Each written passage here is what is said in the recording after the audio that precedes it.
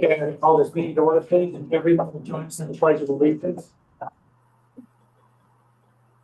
Pledge allegiance to the flag of the United States of America and to the republic for which it stands, one nation, under God, indivisible, with liberty and justice.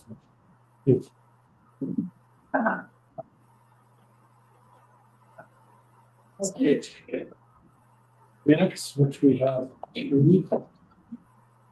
have minutes for April 14th and April 21st of 2026.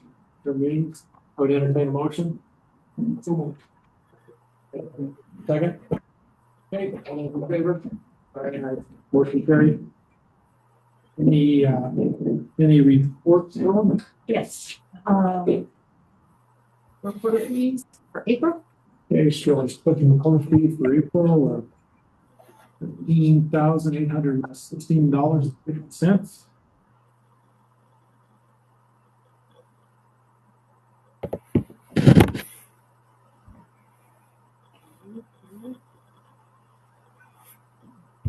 Any correspondence? Commissioner? Mr. Chairman. Hey, when you're ready, calendar review.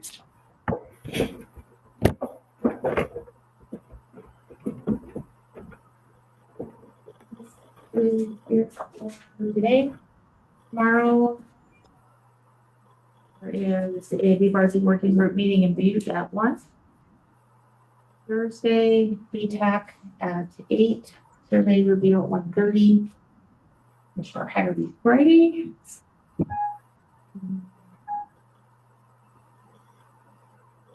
So nothing on that. Any additions or corrections, commissioners?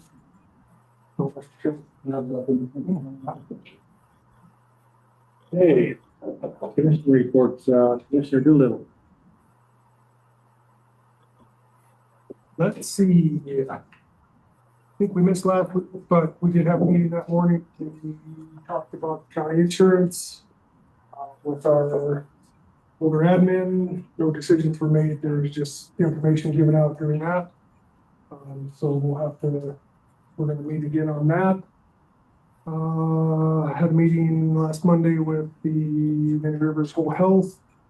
The audits wrapped up. We discussed that. We discussed the HR report and how many hires, positions they have on hold right now. There's 6 of those. They did hire 3 people, but they really have 27 open positions.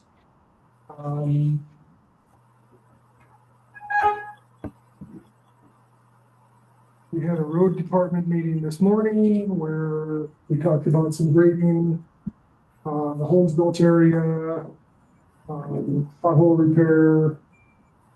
Most of it's all grading on all roads throughout the county. This is the time of year they're doing that. We discussed some Clancy Day traffic plans for that and some concerns the road department had. I looked at the work order for the speed traffic report, so I don't have much on that. That's all I have. I'll let you do help for me. Well, thank you. Mr. First. You should better notes out of all the people. All right, a couple of weeks ago, I started out with the Clancy Water Sewer meeting. That was last Wednesday, April 22nd. They're working on their construction of 2 wells and aquifer testing. Invitation to bid went out last week, the week before last, I guess now. There'll be a pre-bid conference like on the 29th, which was last week. I haven't heard the result for that yet. 13th of this month will be a bid opening at the Gray West office. The 21st, they'll award a bid for that project, the 2 wells and aquifer testing, I think is what they're working on. And they're hoping for a June and July construction date for that infrastructure for the Clancy Water Sewer district. Let's see, I jumped on a Zoom meeting this last week. Let's see, Department of Commerce trying to get the counties to look at their census block boundaries and suggest any new boundaries or change in boundaries for the census blocks. And I kind of looked at Jefferson County, and there's not much not much for census blocks currently. Might be something we look at one of these years. I don't know if we'll get to it this year, but it's, might be a good thing to have census block that gives us data for a particular block for census and population, all the sorts of things the census, count. So, you know, look into that more as I move forward here. Deadline for suggestions is the end of the month, it looks like, so don't have a lot of time to do too much with that this year, but I think they do that every so often. We'll have a chance to look at it. That's the MDC, Rocky Mountain Development Council board meeting. I attended by Zoom, kind of the same thing going on.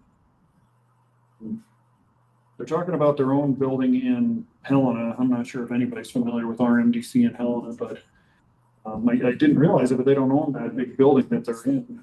So they're talking about long-term goals as maybe build their own building, but that's a huge capital investment. So they've been talking about it a long time and they continue discussion. So we'll see if they can get anywhere on that.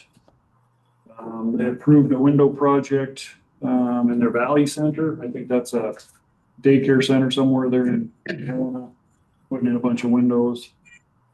Other than that, just kind of business as usual with RMDC. But anything here, I had a solid waste crew safety meeting this last Wednesday, the 29th.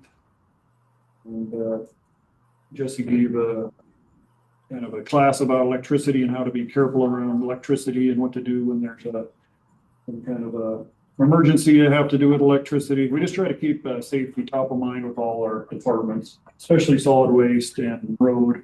They're the most prone to safety hazards. So they've been doing super good with their safety, and we haven't really had an accident, knock on wood, for quite some time. So that helps our workman's comp rate. So we'll keep hammering on them for safety.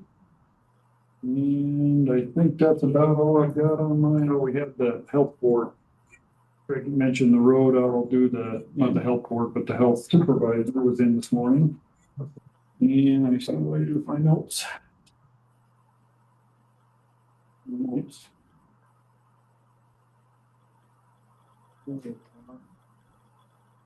Pam Hanna was in. She's our health supervisor.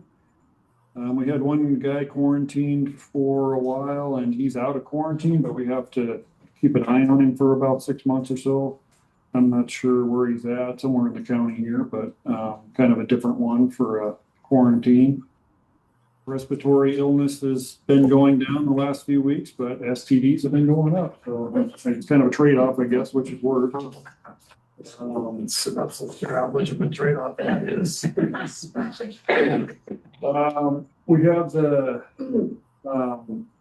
gentleman come to us about some dental equipment that he got out of the old dental facility out here and wanted to know if we wanted to integrate it into what we're trying to do with the new health facility here in Boulder. And conversations are ongoing with that, if we can even absorb any kind of dental equipment or services there in that building. Talk a little bit about the building expansion. This is the Boulder Health Clinic. If anybody wants to know, we're in the process of possibly purchasing that. Right now it's half the health department and half local medical services. Let's see. We just got notification that they're opening up some funding for the opioid settlement. County attorney sent out a notice that they're gonna actually put out some bid for grants for opioid, but we gotta have projects to present to get that money, I guess, kind of how I understand it. And, Pam's got several different ideas how to maybe put in for some money to prop up some of the programs we already have in the county, so that's good. And I think that was about it. If anybody else has got anything to add to that, I'll gladly take that. That was all I've got, Mr. Chairman. Thank you. Two things I would just add is you mentioned what you just spoke about, possibly looking at suicide prevention within the school and a homemaker program, which encompasses senior citizens. Other than that, pretty much covered both of these, pretty much covered everything. So I didn't have any meetings last week, so I don't have any. 3 minutes for the supper. You do it in 3 minutes. Okay. The subdivision amendment, lot 10, Bitterroot Meadow, Montana City. So they are asking for an amendment to the betterment subdivision and the approved approach driveway is pretty steep of where they want to put their house and their driveway. So they're asking for an amendment to move the driveway up a little bit further on their lot to allow better access and not touch the steep slope. We've had a couple of these in the subdivision and I mean, it meets all the requirements for road standards and everything that they're proposing. So if you wish to approve this amendment, I ask that you remember to include the findings and conditions that were included in the record. Any questions, Commissioner? No? And entertain a motion. Mr. Chairman, that we approve, lot 10 Bitterroot Meadow subdivision, Montana City, their subdivision amendment along with their findings and conditions. Second? We have a second. Any other discussion? Not all those in favor? Aye. Motion carries.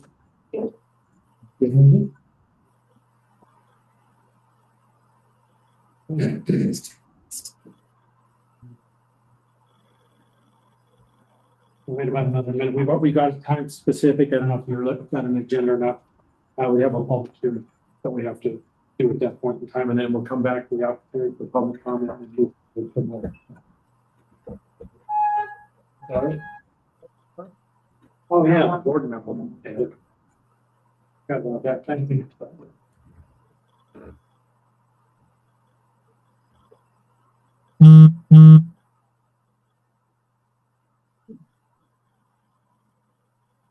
One applicant or subdivision.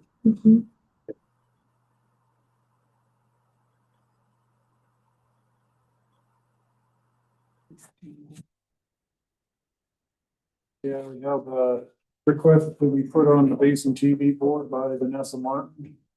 She's a longtime Basin resident. She has some skills in the TV stuff, so I think she'd be a good addition to the group. Any comment, Dee Dee, on Vanessa? No, looking forward to having her on, and our first meeting is Thursday night at the Basin Community Hall at 6:30. Thank you. I'd make a motion, we approve Vanessa to the Basin TV board, Mr. Chairman. Please have a motion. Do I have a second? Second. Any other discussion? Not all those in favor? All right, motion carries. We're here. And this is a public hearing right now on resolution 11-2026, which is approving a tax exemption of Ash Grove. Before me, if anyone wants to see this, you're more than welcome to, but we don't need comment at this time of anyone has any questions about this tax exemption of Ash Grove. And want to expand on that a little bit more, Mr. Kircher. Can I have the, take out the roof, please? Oh, here, here's the real one. That's fine. So the Montana law allows any entity to request a tax exemption or a tax break on any new equipment. And the county has the opportunity to comment on that and actually lower the amount that they would normally get for the tax exemption. If we do nothing, they get 100% tax exemption. If we hold this meeting, we have the opportunity to either do 100. You help me out here. I'm trying to think what the other, that down to like 90, 80, 75 or something. Yeah, something like that. But this allows them to use their equipment tax exempt for, I think, a matter of 10 years, or 5 Yeah, years. it's a percentage reduction of the value of installed and in-service equipment. It can't just be, we're gonna buy a piece of replacement equipment and put it in storage until something breaks and we need it. It has to be installed and in service. And the provisions of the tax code allow the business to basically deduct it at X% per year over a certain period of time until at the end of that period, they're back to paying 100% of the equipment tax on the value of that equipment at that time. So we've done this for Ash Grove over the past several years. They are a good tax base for the county. They are a good employer for the county, and it's simply a process that's allowed under Montana law. And as you said, Commissioner Kirsch, if we do nothing, they get 100%. I think in this one, we are allowing up to the 100% of the value over the period of time. But in the end, that is the commission's decision whether they want to lower that or not. Thank you, Steve. Yeah, so we have the option of doing 100%, 90%, or 80%. And that phases out over 10 years. So at 10 years, it's right back up to 100%. So it's kind of a, I don't know what you call it, kind of an attraction for any business to come here and be able to exempt some of their equipment, and helps existing businesses bring in new equipment to help them either keep going or expand their business. So it's a good tax break. It helps keep people here. It helps keep people employed. So yeah, that's what it's about, Mr. Chairman. Thank you. Ash Grove's pretty good neighbors Absolutely. so far. They've been great. So this opens this meeting still in terms of any public comment in regards to this Commissioner Kirsten spoke about. Is there any discussion?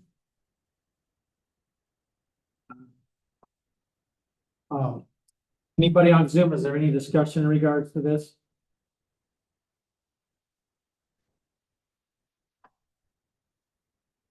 And then I guess this closes this public meeting at this point. Of Resolution 11-2026. Therefore, I would entertain a motion. I'll move to approve resolution 11-2026, approving tax exemption for Ash Grove at 100%, Mr. Chairman. Kate? Perfect. Second? Okay, any other discussion? Not all those in favor? Aye. Motion carried.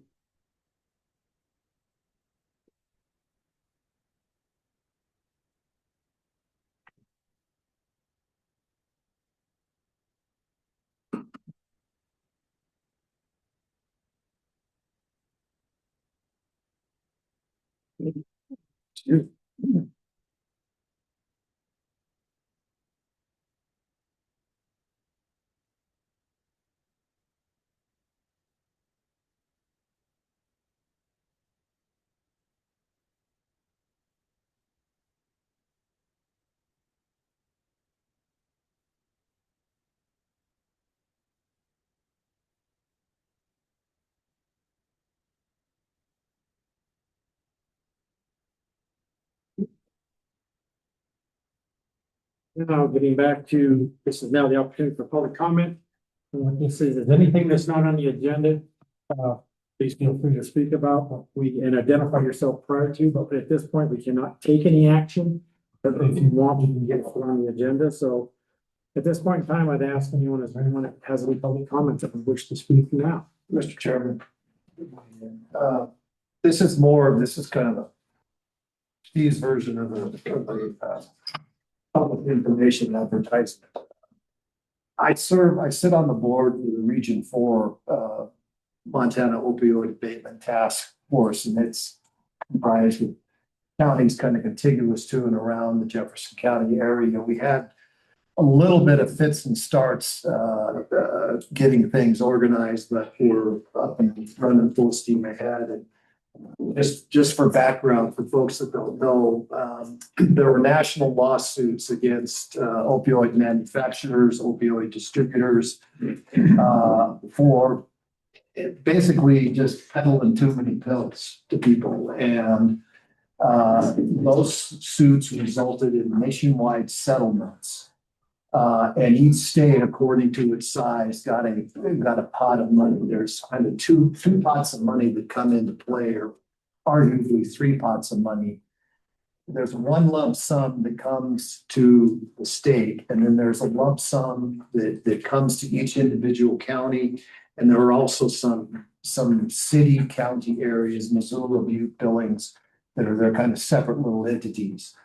And then the state money that comes in is divvied out to various regions, and we put out requests for proposals or requests for funding to any entity nonprofits which are interested in applying for a grant that's in line with opioid abatement. It can include anything from treatment programs to family support for folks addicted to opioids, to put Narcan in schools. So we've got a big pot of money. We have in excess of $800,000 sitting in the region right now. We're destined to receive, I think, another $300,000 at the first of the state fiscal year. So we got 1.1 million sitting there.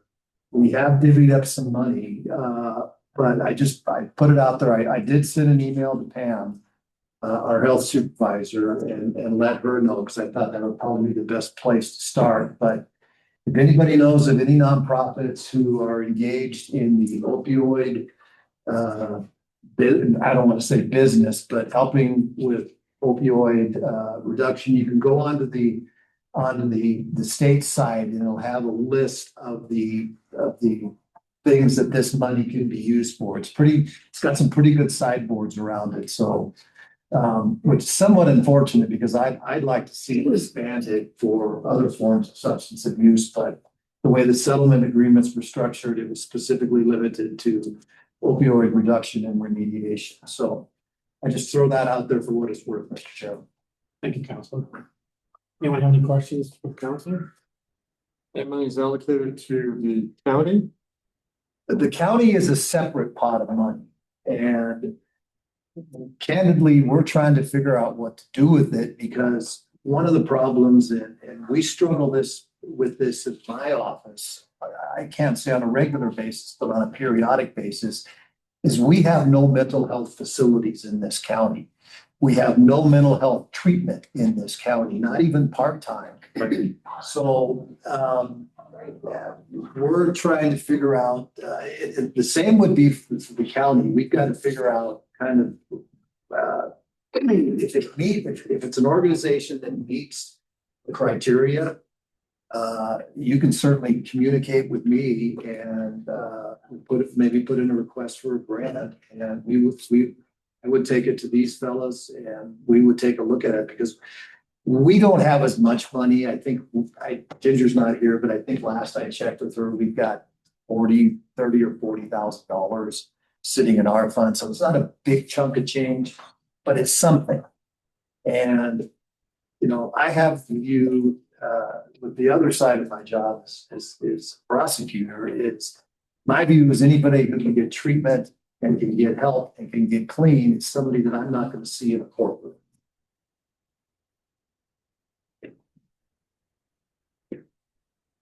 Any other questions for Counselor? Anyone else for public comment at this point? Mr. Chairman, we have Alexandra from Citizens Climate Lobby, Sweetgrass County, I believe. Yes, hi, thank you. Is it my turn to speak now? Yes. Okay, thank you very much. I appreciate the opportunity to speak with you today, Commissioners. So I am a volunteer with Citizens Climate Lobby, and we've been talking with our members of Congress this year about the need for comprehensive permitting reform. And last week I had the opportunity to speak with staff in Representative Downing's office and Senator Daines' office and Senator Sheehy's office. And they all said that permitting reform, in order for us to get more projects up and running for energy and security and reliability, is an ongoing discussion in this Congress, and that they would welcome letters from county commissioners like yourselves urging permitting reform to get done this year in this Congress, instead of, as they say, kicking the can down the road again and again, because this can has been kicked down the road for 20, 25 years. So they're saying this is the year to get it done. And so I sent Helen an updated template of a support letter just urging our members of Congress to get permitting reform done this year.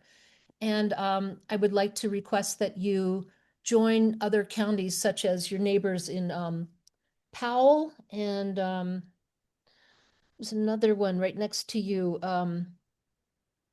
Beaverhead, Broadwater, and there's about 7 others that have all supplied support letters for Congress. And so what I do is I take them, I PDF them, and I take them and I hand them off to our members of Congress. Senator Daines's aide, John Durnall in Bozeman, said that they really do appreciate these letters, and it gives you guys a chance to have a seat at the table, you know, in this conversation, which is a national conversation on the need for permitting reform, so we can get more things like high voltage direct current transmission lines built or transmission lines repaired so that we can prevent power outages, upgrading and modernizing our energy grid, getting more projects up and running on the grid. And the final thing I just wanted to share is that a gentleman from the American Petroleum Institute said that it doesn't matter what flavor of energy you support, whether it's oil and gas or nuclear or solar, wind, whatever, the permitting reform needs to get done so that all projects can get up and running. And he said basically, you know, our permitting system is broken. And he said this to a committee in Congress, the Senate Environment and Public Works Committee. So I just wanted to share that with you and to offer you the opportunity to send in a support letter. And I thank you very much for the opportunity to talk with you. Thanks. Thank you. Any other public comment? No? Okay, we'll move on then. All right, this is a information discussion about concerns with data centers in Jefferson County. And first it was brought to my attention, first with Holly Harper. And then I spoke with Tom Harrington a little bit, so we have 2 separate entities here, but in case they should possibly by any means. So with that, and at this point, I would turn it over to Holly Harper. Can you present whatever you have first, and we can take it from there. Thanks, Mr. Chairman. I'm Holly Harper, one of the ringleaders of Whitehall Indivisible, which is just a group of concerned citizens that's trying to pay attention. So a lot of us went to the meeting in this room in the end of March about the kind of murky proposal about a nebulous data center that might or may not be happening in Jefferson County that no one had ever heard of, but apparently application had been submitted to the federal government requesting a waiver by Thunderhead Energy Solutions. So apparently it looks, and this is in the Boulder Monitor, it looks as if the approval of the Thunderhead waiver application is not going to happen because the majority of those approvals have already happened. It looks like the window is closed, but as we know, the Trump administration can do whatever they want, whenever they want. So it takes a little bit of heat off, I think, from this conversation, but it doesn't make it go away. So there's a handout. I didn't make enough for everybody, but everybody doesn't want one. But it's a 2-pager, and so I'm going to start with the short term, which is in the center of the first page. And so the first bullet is just about the Thunderhead waiver application being ignored, essentially. The second bullet is Montana is appealing to data centers because, as we know, it has a loose regulatory framework. So does Idaho. So do other rural states. Kind of by design and kind of because we try to let people do what they want to do with the land that they own. This situation is a little bit different. So right now, Montana doesn't have any state regulations limiting energy or water use by data centers. And there was a study resolution, HJ 46, that didn't pass out of committee during the 2025 Montana legislative session, which means the state doesn't have any barriers that might help a smaller county or community if a data center decided that they were going to come in and get through the permitting process. And also in 2025, House Bill 424 did pass. It extended the low property tax rate that data centers enjoy, which is 0.9%. That's the same as a median residence, that 0.9%. So it is not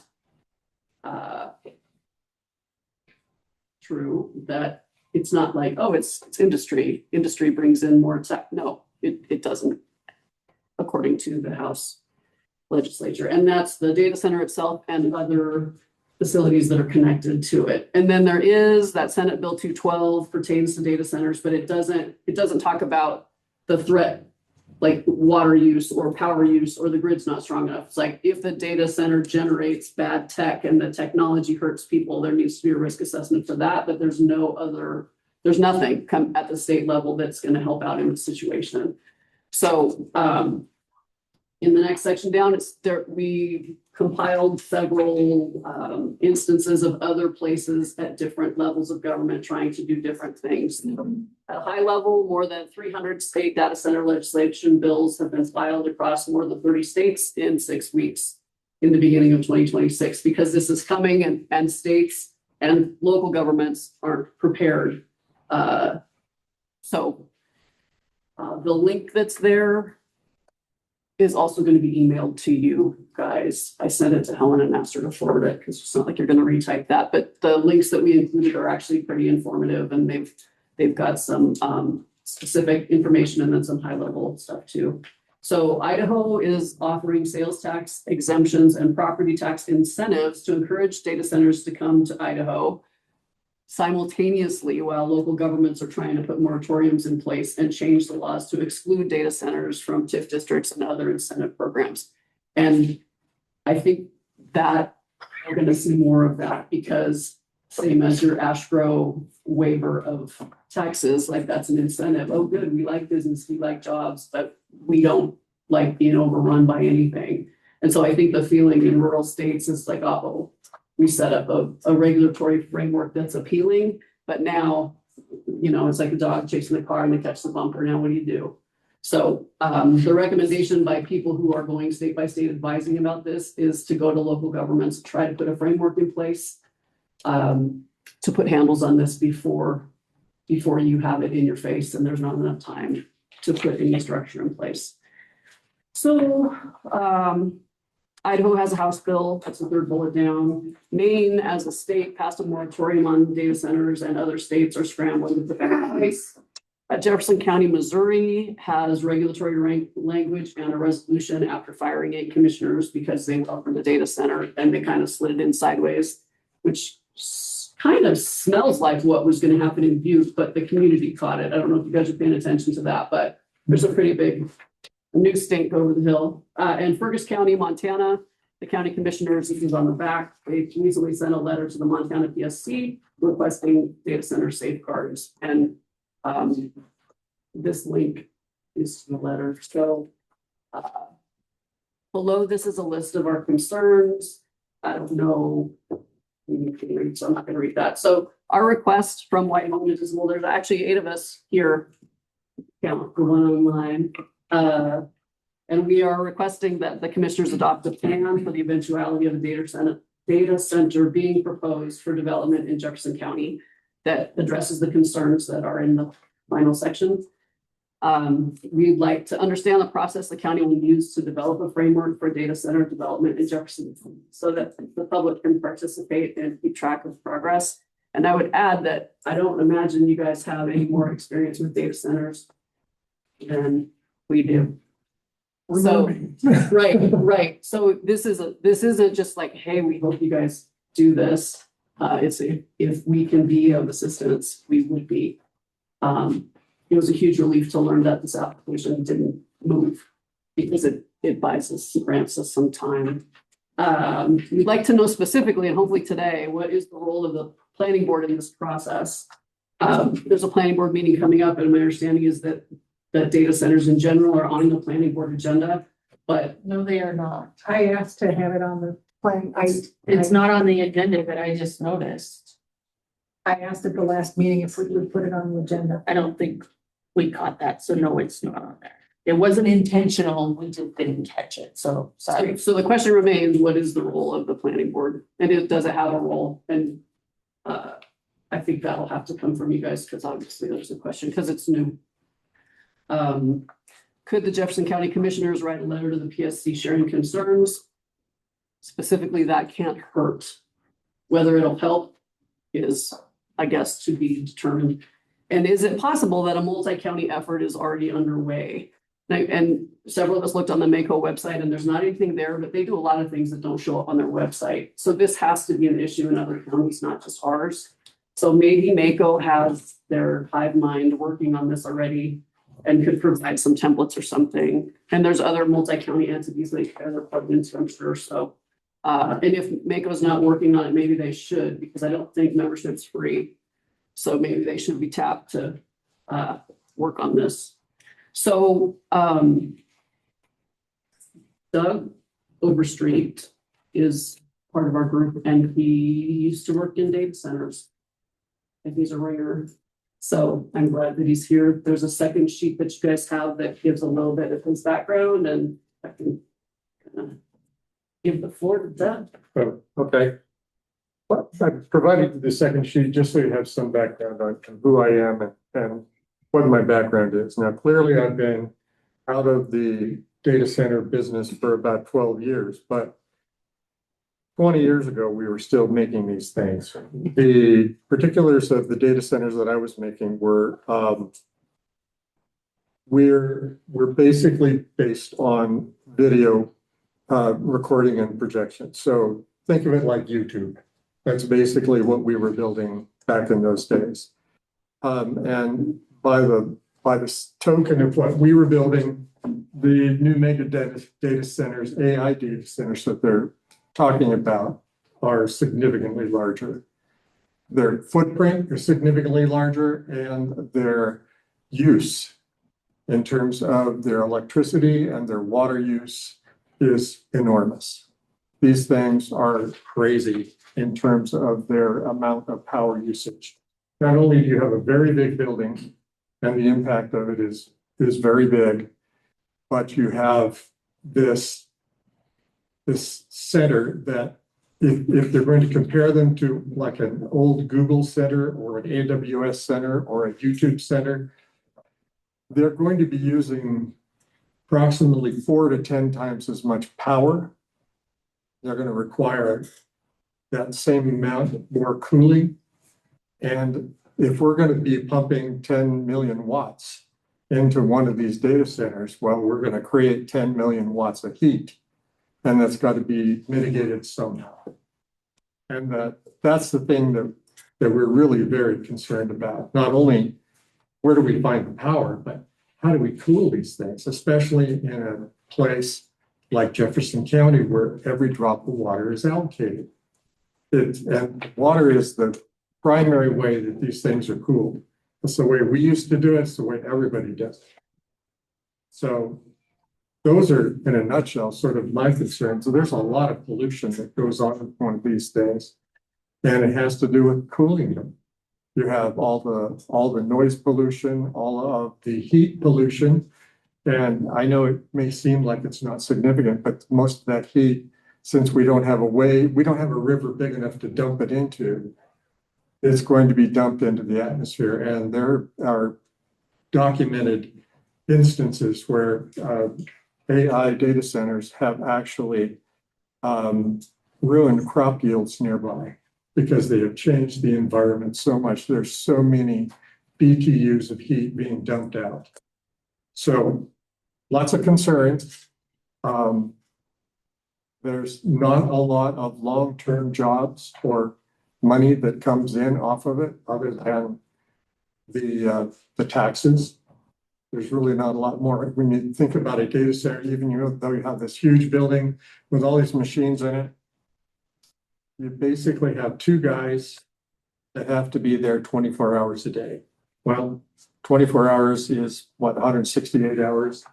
So you basically have 400 man hours a week that has to be occupied. That's not that very many people. Yeah, you probably have a supervisor as well in there somewhere, but You just have a team of two guys running around, keeping the data center open and keeping it running. So the long-term benefits, other than taxes, are really quite light. And that's pretty much my spiel. I'd be happy to be answering any questions that I can for you. I guess my question would be, in a sense, what would the county stand to benefit from this? If that were the case? I think mostly what you're going to benefit is a few jobs. There's going to be there'll be a lot of retainers out. So you'll find an electric company that's retained to be able to deal with electrical problems. Definitely a plumber, definitely an HVAC company, those kinds of things. But those retainers are small. Once these things are put in, they generally run pretty well for quite a while. There's initial setup and bug fixes. Once you get past the initials, it's off and running. Then you've got the guys inside that are keeping the thing running, and then you have the building manager that's taking care of maintenance and the outside and changing light bulbs and stuff like that. There's just not a lot of jobs. There's really the taxes on the building, and that's about it. And as for the electric grid, they pretty much, it meets what's needed. I mean, it's not going to be like less that it's going to affect the community or within the communities. As for the electricity itself, there's enough there. I doubt it. Honestly, if we're talking about 100 megawatts, and that's what they're talking about typically in most of these buildings, that's an enormous amount of energy. And there's a lot of danger with a 100 megawatt building, and it comes in a whole bunch of different ways. We're going to have a new, larger substation here because you have to have it just to power the thing. And data centers are notorious for having software issues. And when they have a software issue, they typically go into shutdown. And then that ends up being a big problem for Northwestern Energy, because if they were using 100 megawatts before, they go into shutdown, now they're down to 10 at the most. So 90 megawatts just got dumped back onto the grid. Northwestern Energy goes crazy trying to balance the load again. It's an ongoing problem. It has to be worked very carefully. And so I guess you don't want to go giving away a bunch of things because there are costs involved in having one of these things. And then if you look at the long-term effects, think of all these Bitcoin server farms that were put in that went out of business, where you're stuck with that thing. And you got a whole bunch of, sure, you have a building, but it's full of things that are hard to get rid of. So those are those ongoing things that end up being problems for the municipality itself and the government. With that much electricity, how does it affect public safety in terms of emergency response? It can be a real problem, because if you do get an effect like the data center goes down and they manage to blow several substations with that, that means everything goes dark. It takes Northwestern a while to get the units reset that can be reset, and then it'll also take some time, because not all of them will be reset. Some of them will actually be blown. They'll have to go out and the boys will have to do some replacements. What happens to the data center if the power goes out for whatever reason, which seems to be happening more often than not? So data centers themselves, each one of the server racks has a uninterruptible power supply in it, which allows that rack to run for enough time to do a shutdown, typically. But as a safeguard, they're also going to have a bunch of big diesel generators sitting out in the yard. And as soon as they go into shutdown mode, those generators are going to kick in, and they're going to start pumping out energy. They'll cut themselves off from the grid. They'll try to be using their own energy within their own system. And that's how they'll get through the shutdown. And those generators will run until those racks get not shut down, cooled down, because they're hotter than a pistol.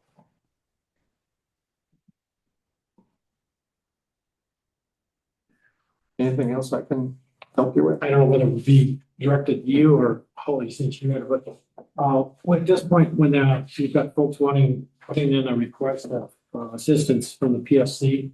Where's that at? What's going on there right now? Are they looking at it or is it just in limbo? They didn't write me back. They didn't? So, I mean, if you guys write a letter, it would be in the How paper. long ago was that? The Burgess County thing was a relatively, April 29. so just recently. Okay, and yours is how, been how? No, Or 2 contact? weeks, 2 weeks, yeah. I got a confirmation, so I know they got it, Oh, but I didn't get a response. We really don't know. I mean, at that point, what their thoughts are, interests are. Any other questions from anybody? I have comments if you don't mind. Go ahead, Chuck. I have written comments if I could give them to you. You just gonna hand those to us, Chuck? Is that it? Or do you want to talk about it? One for you. Thank you for that, I think. It's like a computer study. Well, I'll let you. And I have nothing to add other than the fact that these are just thoughts that I would like you to be thinking about as you discuss what's going on. First of all, like everybody else in the state of Montana, we worry about water. And in the time of drought, water is the number one issue. Not only for consumption, but also for dealing with wastewater coming out. So they're in communities that have these, they have to upgrade their wastewater facilities to deal. Then the second concern, and the lady with connections to Washington kind of dealt with it, the power generation and transmission is a real concern. Most of the ideas and the people that are here heard a presentation where there was a proposed new generation plant for the county of Jefferson County, Montana. Now, I don't know anything about AI, but, and it depends on how you ask the question, but if you ask it correctly, Thunderhead had proposed a 500 megawatt power plant in Jefferson County. I don't know how many states have a Jefferson County, but there are several, and I think that particular plant was going into some other state, but you don't know. There's no way with the present laws that you can actually tell where that's going to go. So perhaps power generation is a problem, and transmission. We had a big fight several years ago about transmission through this county. And the county knows, well, the people in the county know how that fight went. So generation and transmission is something. And the electric stuff probably goes to PSC, but the main thing from, if I understand Fergus County correctly, it's protection of consumers for rates and whatever coming up. So it's a consumer protection request. And perhaps that ought to be considered also. And then there are other things, you know, the infrastructure and things that other people have been thinking about. So anyway, I appreciate the time, and these are just thoughts. I would like to point out, though, that I really appreciate the action that the commissioner chairman took. I had approached him earlier about the meeting that was here, and he did take really nice action and talked to Tom and figured out what was going on. So I appreciate that. I appreciate all of that. And then finally, pay attention to my first request. Please extend my apology to the planning commission if you guys double load on to the planning commission because of our concern. Thank you. Thank you. Mr. Harrington. Yeah, Tom Harrington, I just wanted to kind of give a little information on not just data centers, and I'm not the center against data centers. I had the opportunity to do economic development in Jefferson County for a lot of years, you know, and one of the things that we really strive to do was the taxes and jobs in Jefferson County. We got a unique situation with the county and our demographics, and we rank 1 to 3 in the state for median income, per capita income and that. But if you scroll down and look at the county, that's the north end. From the south end down, it's a whole different story there. Per capita median incomes are below state and national averages. So we always looked at opportunities that might come to the county here that could benefit the constituency here. You know, I look at our tax rates right now on a property tax. You know, we compare it to Gallatin, Lewis and Clark, and Butte. Everybody wants to come here. The reason is because we got low tax rates here. So as you think about the county and where we're going, I'd say be that business friendly that we're not alienating. Take a look at all the opportunities that might come to the county that might benefit the constituency. I just want to talk about 3 things a business goes through when they're doing that. They got three tiers they look at. The first one's economics. Business comes in here, they do an analysis if it's going to be cost effective. Can I make this work? Is the numbers going to work financially, whatever? And they do that a lot of times. I can't think of how many times I signed confidentiality agreements where there are things I knew that I wasn't at liberty to tell people out in the public. People out in the public would say, I saw this. And I would know that wasn't necessarily the case, but it wasn't my place to say that's incorrect because I know this. That was for the businesses to do that. So just keep that in mind. You got a private business, they're doing their business, they're making the analysis. Is this a place to go or not to go? The second part of that's the environmental thing. I heard a lot of this discussion here on data centers. And that's not just data center, that's any kind of business company. I got to go through the permits, I got to analyze if I'm going to make, air quality, water quality, whatever's out there. Is my business going to meet those checks and balances out there? If not, it's not going to fly. And the third tier is what we see a lot right now. It's called the social impact. So I get through the first 2 tiers, they're good to go. And it's not a fit for the county. You see people out there say, we don't want this here. It's probably not going to fly. This is a good social impact right now. We got a lot of input coming in on business here. I think where we got to be careful though is not saying we want to do all this stringent requirements on this one, because that could carry over to other businesses, and then you get labeled as don't go there. These guys, they're not playing the game right over here. So I would just encourage you to give them an honest shake. Any business coming, I don't care what it is, and go through the process and let the things work themselves out. Because water, power, we all know data centers need that, but so do a lot of other business. And let the due diligence piece kind of work through that. And I'll give you an example. We're working an energy project down in Whitehall on hydrogen, and in conjunction with Golden Sunlight, because they got remote mines and an opportunity to use this stuff anywhere in the world. And we're in the infancy stages of that. It's progressing along, and the testing and the stuff we've done have good results. We haven't actually done on the ground. We're ready to do the actual project on the ground. Well, as we're going through that, we had a company from Ireland that came here, probably 8-9 months ago. And because of the power things, they wanted to put a data center down in the business park. And so they're doing their due diligence. They came to us and went to Northwest, talked to them. Quickly realized that the power grid out there, Northwest is, they're already maxed out on power. They've got about 7 or 8 requests in there for probably 1.2 gigawatts of power for data centers on the books. And what they told us was it would be several years before we can get to that point where you could put a data center. The only way feasible to do it is to go what they call a microgrid, where you put in your own power system. And that's what intrigued with the hydrogen, which you do your own power and put a data center in there, which wouldn't impact what's going on with the constituency. That would be a totally separate entity. So, as you work through that, we had some other snags that came up, and at the end, it wasn't really feasible for this particular company to come in here. So they're out doing whatever, looking at other locations.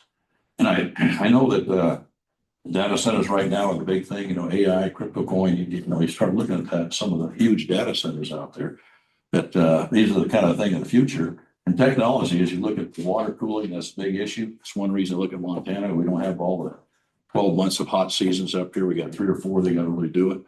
But they're also exploring now with, ground source heat pumps, all kinds of different technology. We got a lot of smart guys out there going to figure out some of this stuff. So I would just say, just kind of be open to what comes to the county here, and give them a chance to work through the process on it. And if there are glitches, I guarantee you, just my years of doing this, the glitches will take care of themselves.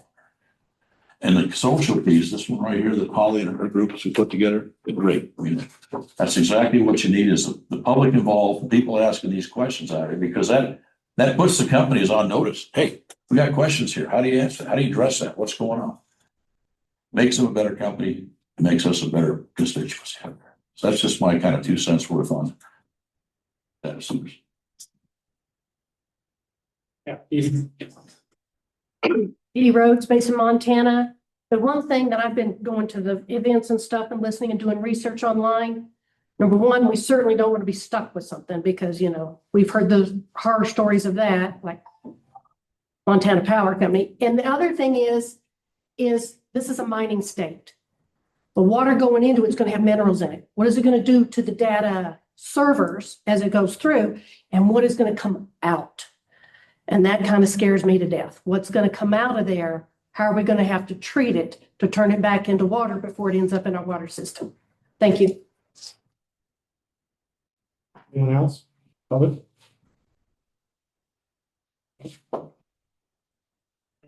That's pretty much it. Yeah, can I just interject by all means?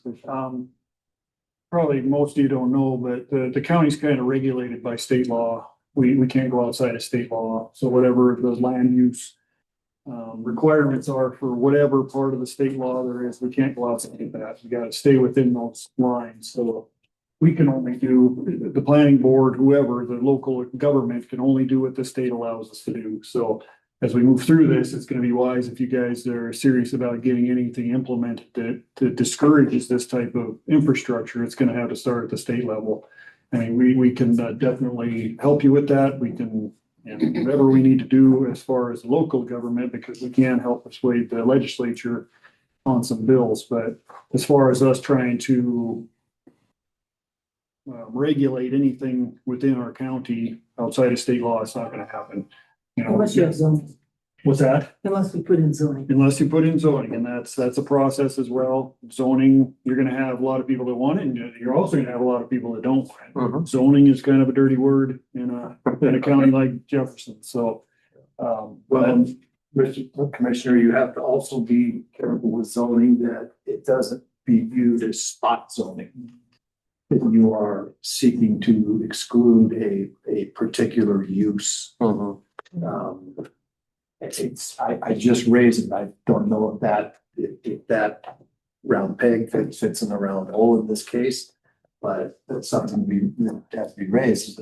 What's problematic here is there's absolutely nothing from the state for local governments, and Jefferson County is not in this fight alone, because I know these guys are looking at eastern Montana. I know there's one county out there, it may have been Fergus, that was trying to do something. It kind of popped up in the news, and then something else happened, and you didn't hear anything more about it. One of the things that I can do, commissioners, is everyone, I serve on the board of Montana County Attorneys Association. I can raise this issue for discussion at our summer board meeting and maybe get an idea of what some of the other counties may or may not be doing. I know we have 3 or 4 of our board members who are out in eastern Montana, and I know there's been some pressure out there by these companies to come in, but I fall back to my initial assessment that it would be really nice to have some sort of guidance from the state, but it sounds like the legislature just kind of wants to kick the can down the road. Yes. Which puts us in a crap situation, because we, as Commissioner Kirsch mentioned, we're a commission form of government. And we're pretty much what we're allowed to do is what the legislature of Montana says we can do. Also, I didn't mention MACO, our conference, our whole bunch of commissioners is having a conference on this in Miles City towards the end of June. So I plan on attending that and see what kind of information they have, because they're getting hit with this for sure. MACO is, so they're looking at it. They're trying to prep everybody for it, but there is a conference at the end of June to get more information. So, and one more thing, you folks might want to reach out to the governor's office, because I heard an interview with him coming into the office this morning, in which there was kind of an open-ended question of what is the governor's office looking to do. And number 5 on the list was data centers. And I can tell you that the message that Governor Gianforte was delivering was he was in favor of them. Oh, yeah. Well, he doesn't live here, right? Well, I just want to say thanks for bringing this to our attention. It's kind of been on our radar for a while. And off of what you said and off of what Tom said, and the things that I got to in a rabbit hole trying to figure out this stuff and looking at it, and it can be really, really, really deep. But what this process does and what I found out is I think a lot of people are saying what you're saying about data centers because they built them 20, 25 years ago. Google's been around a long time. They haven't switched to the internet stuff back then, but it's going there now, and that's why they're getting bigger, they're getting more powerful, they're using more energy. My point behind all this, where my rabbit hole ended up is, they're already looking for new and different ways to cool these without the water usage, because eventually they're not gonna have it. They're looking about new energy sources, like Tom mentioned, standalone energy sources that doesn't affect the grid, it isn't even hooked to the grid, those types of things.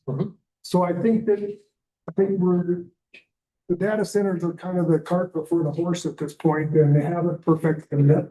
Maybe they will, it might not be in my lifetime, but we just don't, I think that this process is what that is these are the questions you're gonna get asked. Do you really wanna come to these people, like folks like you, without an answer, or without at least some semblance of a solution? But I do think that's coming, because I don't think data centers are going away. I don't think AI is going away. I don't, if you took Google away right now, I don't know what some people would do. They'd have to buy an encyclopedia because they don't have one. Because they're obsolete. But so I don't think they're going anywhere, but I think there's new processes that are going to be developed to hopefully address these concerns. And the more concerns we come up with, maybe the better they're going to be addressed, and we'll eventually get there. I agree. There is lots of new technology that is being put forward in micro projects right now. Hasn't hit mainstream yet, but it's out there and it is working. The only real problem is it's way more expensive. And so that's why they really want the water. The water is the most effective, most cost-effective way for them to cool these things. And then, of course, there's the whole thing of where do we get this power? And I think the only thing, one of my major things I would hope is that we don't allow any fast tracking of any of these processes, because I think if there is time, these things will be raised and we will be able to get the answers that we need.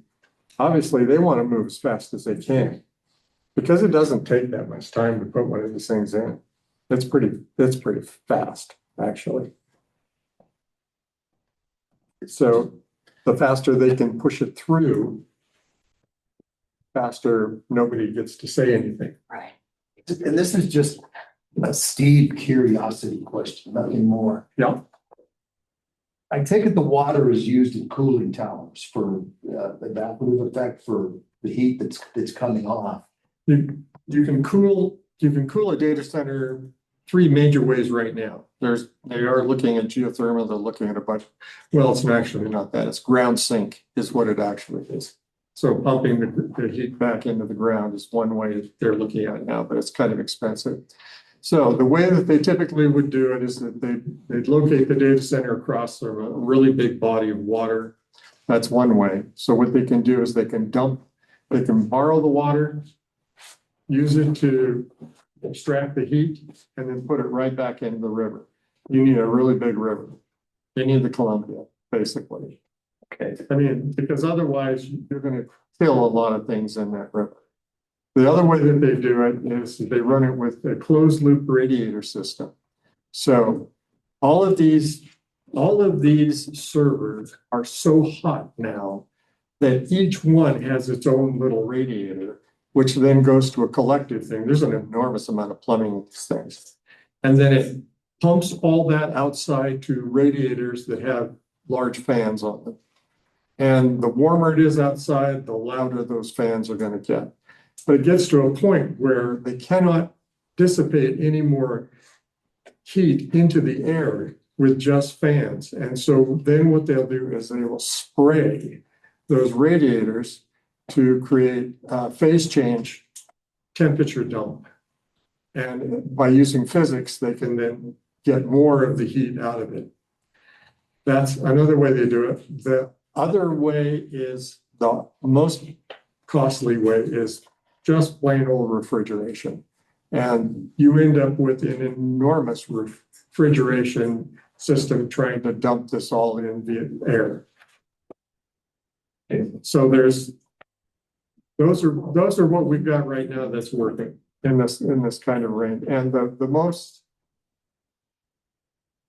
one you're going to see the most is probably going to be the closed loop. And that's what they're talking about with the Savvy data center right now over in the Butte area.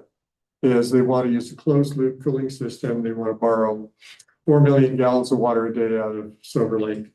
And that is just to cool that closed loop system.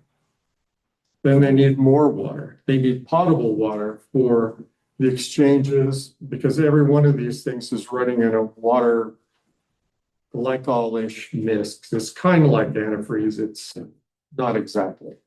There's some PFAS in there that you're not going to like, but, and that's what people are saying, you know, that there's a problem with what do we do in terms of this stuff wears out. And so then you have to change out all those things. So you have a disposal problem as well. But that's what the water is used for is, you know, anytime you're going to get over about, depends on the system, but any one time you're going to get over about 65 degrees, you're not going to be able to cool it with just air blowing through it. So you're going to start pumping water on these things to get phase change to create more cooling. Water draw for the closed loop system that is in theory being returned somewhere, but then you have an additional draw after the temperature rises to a certain point. The closed loop system, once it's full, it's full. So Okay. it stays, that's why it truly is closed. So you are pulling all of this coolant. It's not even water anymore, it's coolant. And then you're putting it out, taking it from inside the building to outside the building in the radiators with fans blowing on it. You get to a certain level of heat. Then you gotta have the spray. Then the fans are going, more heat, you gotta get some phase change going to dump the rest of that heat. Thank you, appreciate it. You bet. Any other discussion? Want to say anything in closing, Holly? No, just thank you. Thanks for getting on the agenda, giving us the time and being open to listening to all of us. So. Thank you. Well, thank everyone for coming in, and I guess we'll move on to our next. Thank you. Okay. Whole tax distribution.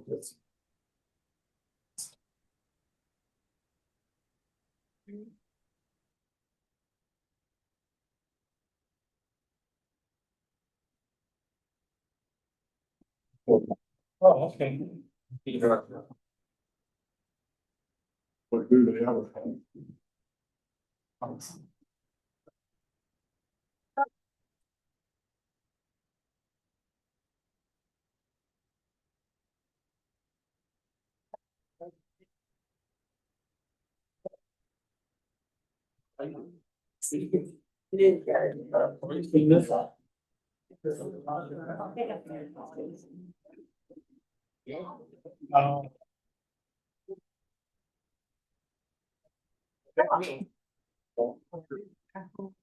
Did you guys see it? Yeah. I don't.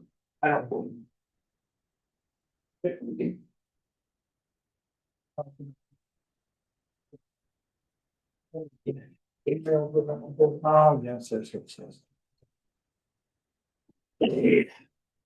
The third part of the color. Okay. It was alcohol tax distribution, which it, to the point, I mean, it's come to where we make that determination again. Where is it?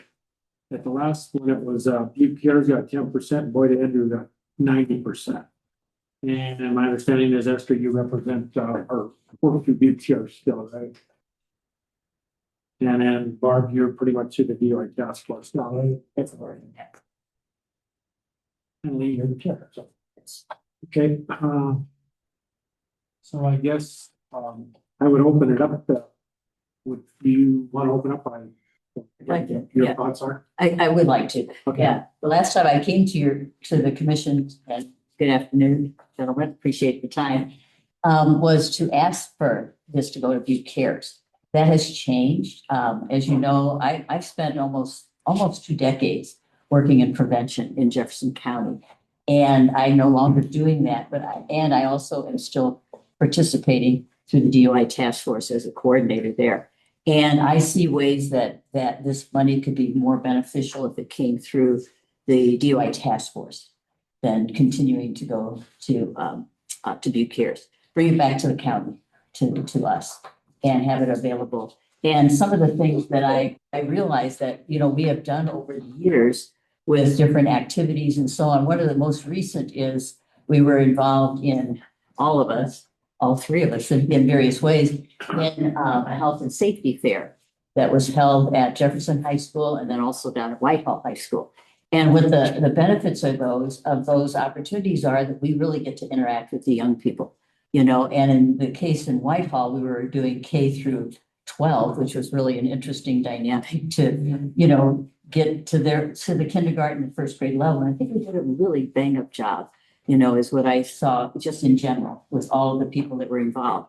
And what comes out of that is I've had one or two young people from Whitehall that have contacted me wanting to become junior members of the DOI task force. And that's been a rarity. We've really struggled with getting someone from the Whitehall area. So those are some of the positive things that have come out of that. But just as an example too is, and I run into kids that have gone to the Whitehall Teen Super Bowl party. And this has become really a sustainable opportunity for the young people because they go to this Teen Super Bowl party and really Bill Lannis and the Assembly of God Church really have taken this on and made it functional. And I'd like to see us continue and try to bring something back here to this end of the county because we don't have that anymore.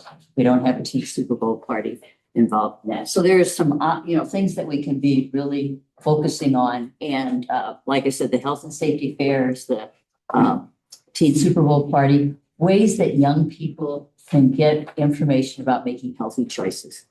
Okay. And that was a big part of the health and safety fairs from our end. And then we give scholarships to kids. We're giving $3,000 scholarships to young people that have participated in the junior member program here at in the county. And yeah, so I just wanted to, and the other piece is I would like to have it increased. I realized that, 10%, that was a start as far as, and I think I said that to you all the last time when I was requesting the alcohol tax, but 10%, I would like to get that up to maybe a third of the tax money, the alcohol tax money that comes into Jefferson County to come to the DUI task force so that we can continue doing some programs and some things that benefit the young people in the community. Not just the young people. I think we're dealing with the whole population, really, Jefferson County. Yeah, so that's what I would have for now, and open to answer any questions or comments. So I'd understand what you're basically saying is that don't promote 10% to Butte Cares anymore. Is that what you're saying? Or would That's correct, to change it. How Yeah. does that affect Esther? I mean, because of you still I'll cover let Esther Jefferson County, right? Speak to that. Yeah. Okay,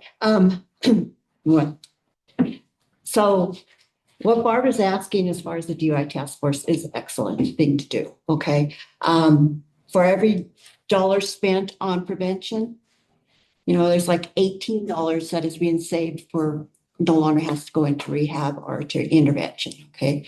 So keeping it at the prevention side is really good. Now, as far as Butte Cares and what have you, I would love to see it in Butte Cares, but I also think that it needs to be in your county. Right now,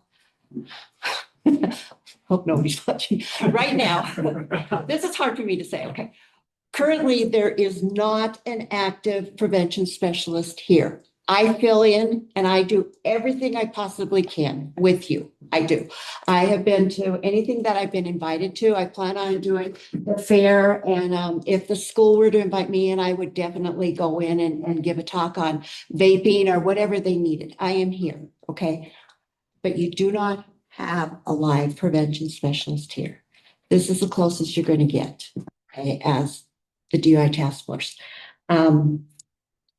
If you kept it at Butte Cares, it would be through me, okay? But I would also ask for an increase too. $969 every quarter isn't a lot. Right now, Boyd Andrews gets 8,700 every quarter versus our 900. And I would ask that you split it right down the middle for prevention, have 50-50. And that way, the money that we use can definitely go into education, go into anything that you need. We are open to all kinds of things right now. There are different things that are opening up. Kids are not just kids, but adults and everything. They are doing experimenting with marijuana and alcohol at the same time. They feel that because marijuana now is legal, it's safe. It's not. And so mixing the two together is not safe. And we need to bring that up as well. So there's a lot of education that we need to get out there and how you do it. You know, I would like to see it 50-50 so that we can do the job that you want us to do. It's constantly changing. When we think we've got it, something else sneaks in, okay? And so the dynamics are there. I resonated with something that Steve said earlier about, really looking at monies to go toward more substances, because there's just as soon as that, like Esther said, as soon as you got one substance you think addressed or whatever, another one surfaces. Right now, kratom is a big one. Huge. It's a big issue. And that's, you can get that at your local convenience store, so that's what's frightening about it. So you definitely Get training for that kind of stuff? absolutely, Absolutely. Loads of them. continue. Sorry, and I understand, and Esther, that out of the kindness of your heart, you're more willing to, if asked to help out, you'd be there as opposed to the money going to Butte Cares. Is that what I want to understand? Yes. I'm here as your prevention specialist, and I will do whatever it takes. But she has I am- officially. I am in Madison County, actually that's changing. Is it changing? Okay. I am in Madison County right now. Okay. And the alcohol funds were very generous. They upped it from 33 to 50% for me in Madison County. They just did it. And the sad thing about it is the federal grants, as you know, are going away. And so Right. we are applying for opioid money. We are doing different things. And I'm actually encouraging Barb and them to apply for the DUI task force as well, because it isn't just alcohol that is under the influence, that as well as, so it will work there too. But I'm here. I'm here for as long as you guys want me and need me. So either way. Yeah, We've been a team for a while. we have. Oh, yeah. We work together quite. So, Yeah. and what I do, I strongly believe in, and I know that definitely need it. So, Is there anything you want to say? No, I'm just in agreement with everything. Just thought I'd ask you since you're chair. so even if you considered like giving 25% there and 25 to Butte Cares or whatever would be good too, just if you were to be good and give us 50% as far as prevention, so it is right even, right where it needs to be. Guess maybe I'm missing. I guess if it wasn't like 25, like you're saying, and then it just went to. DUI task force, 50? That you're asking for? Yep. Discussion. You make good use of it. You task force. In the past, Mr. Chairman, whoever we gave it to had to be on that list, and I don't believe UI task force is on that. Oh, you're right. You are When correct. we went through this last time, Barb, right, you were asking for money for DUI task force, and you had to do something with the state. She does. No, I didn't go to DUI task force at that time, Cory, because I knew you cares could be on the list. And they were who I worked for at the time. So, yeah, but that has changed, is So what I understand. She has to put an application in through DPHS. Yeah. And the thing is that would take very little to do it and get it in time for, what is it, June 27th or whatever that you have to Yeah. put it in. Yeah, Commissioner Person's right, you're not on the list, and I forgot. Ginger told me too. Only the ones that are on the list can be given to at this point. But there's an application that I can fill out and get through DPHHS to allow the DUI task force for Jefferson County. So if you were considering giving some of the DUI task force this year, we would have to put this on the agenda for a future. That's correct. meeting. Right, when she's actually on the list, then we could make a decision to do so. Yeah. I myself am very, I guess, reluctant to give Boyd Andrew anything less than we've given in the past without them having an opportunity to speak and say what they do with their money. Because we've given them 100% for decades, as long as this thing's been going, I guess, and for them not to be able to defend themselves and what they do with their funding. So I don't want to start stripping their funding out from under them. Could I ask, are they required to give you a report of, like every 6 months or whatever, what they're I don't doing? think they're required to give us any kind of report. They do give us a report yearly. Yeah, Okay, yeah. So that would be, this is probably something they just got used to and they haven't come back because we've always given them 100%. So they didn't really have to court us for that. Now, being there's competition for us, I'm sure, or for this money, I'm sure they'd be sitting right next to you if they knew their funding was at stake. So I'd really like to give them I mean, they're good neighbors. They're great economic drivers for our community. program, there's no doubt about it. We don't want to start pulling money out from under them without them, at least being aware of it. That's my comment, Mr. Chairman. So I guess my question would be, and I understand it's very fair. I mean, that would be, what you're saying, having them here, see what their thoughts are. You want to table this? I guess it's up to Barb if she wants to go to DPHHS and see if she can get on this list before we actually have to sign the thing and send it back. That would give us time to get a hold of Boyd Andrew and say, hey, we got people looking for your money. Do you want to come in and tell us why we shouldn't give it to them or what have you? But that's my opinion. And then I want to clarify something with Esther. So you're still working for Butte Cares, and when they went through their reorganization, are you just doing Madison County, or are you through Butte Cares, are you doing several counties now, like? It's several counties. It'll be Beaverhead, Madison, and Jefferson. And Madison County is giving that money to Butte Cares? Madison is given, but it will be spent only in Madison County. Yeah, definitely.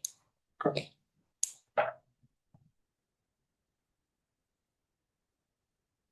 One thing too, Barb, I think when we first got you on this list, I was pretty adamant that we need to know what you're going to spend the money for. I was on DUI task force for quite a while. We had this pot of money that never went anywhere, never did anything, and it was always there. I mean, we would pay what we had to pay. We did a little bit with the Super Bowl party.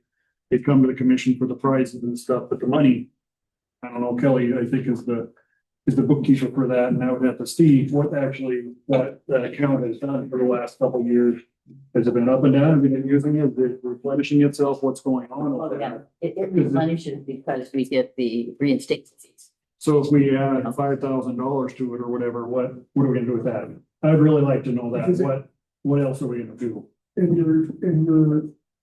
your budget and your stuff for next week ended up on my desk today, which we've looked at. So is any of this in that budget, or Was that figured out, or did you do your budget without figuring any of this out? No, I did. I did take that in consideration, because one of the things that the budget changed, because one of the things that over the last 3, 4, 5 years, maybe something like that, I have not been paid through the DUI task force because I was under Butte Cares, and that was part of my plan, my job was to be representative on the DUI task force.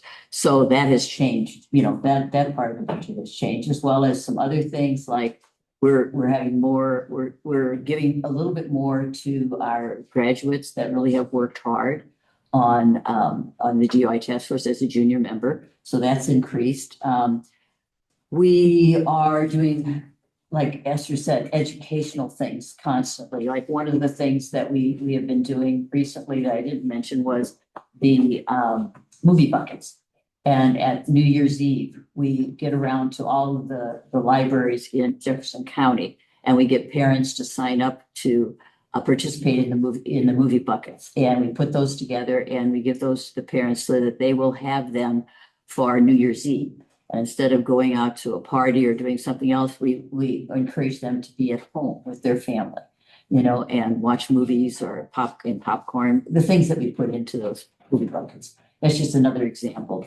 And there's some of those kinds of programs that I think we have been limited on doing. And I know we've gotten a lot of support through Esther's program previously on movie buckets, but I think we can take that on ourselves and maybe even do more families. So those are some of the things that come up for me. But yes, I would definitely work on that and get some information to the Corey. So, yeah. I was just asking clarity, maybe you can explain to the other two commissioners, what are you giving the individuals, young individuals for a scholarship? How much? Well, our one young lady from Whitehall who was very active this year, the board agreed $1,000 for her. And that's going to come up because we used to give $500. I think that's where we started. And then the other young lady who spent 2 years as a junior member is getting $2,000. And they have to it goes directly to the college or the trade school that they are going to. So it's not something that they have access to except through the school. And Okay, so 1,000 each time? Is that sort of what you're saying? well, Depending on the years? yeah, right. And how active they get. And we have had really active. Is that subject to change? I mean, where it would go up, down the road? Oh, we sure could. We sure could. I definitely think that would be something to consider, sure.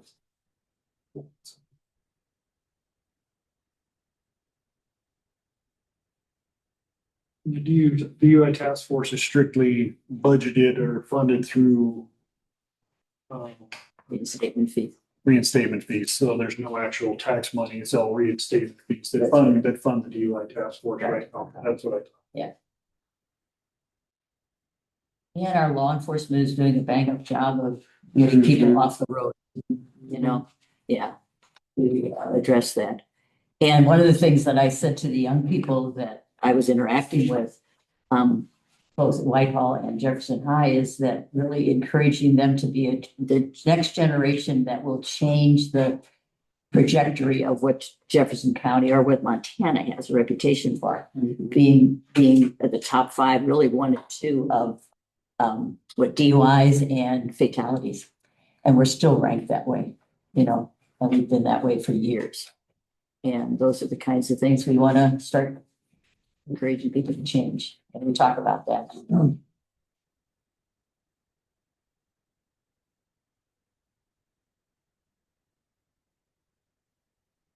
There's no other discussion, Mr. Chairman, I'll motion to table this. Second. Second, okay, any other discussion? All those in favor? Aye. So we need to get this done before the deadline. So if you can let keep Helen in the loop where you are with your, Okay. Next step. with your approval through TPH. We'll get that taken care of. I think I'm on the agenda next. If you find out they can't get it done before the deadline, let us know ASAP so we can get this figured out one way or the other without DUI task force. don't think it's gonna be an issue. Okay. I haven't done it yet, so. Yeah. Thank you very much for your. Thank you, lady. Anything else for the better? Not, we're adjourned.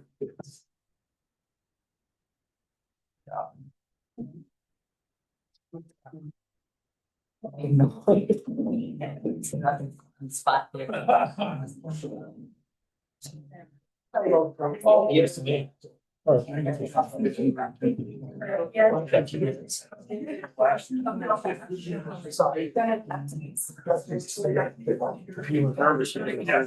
it, whatever that.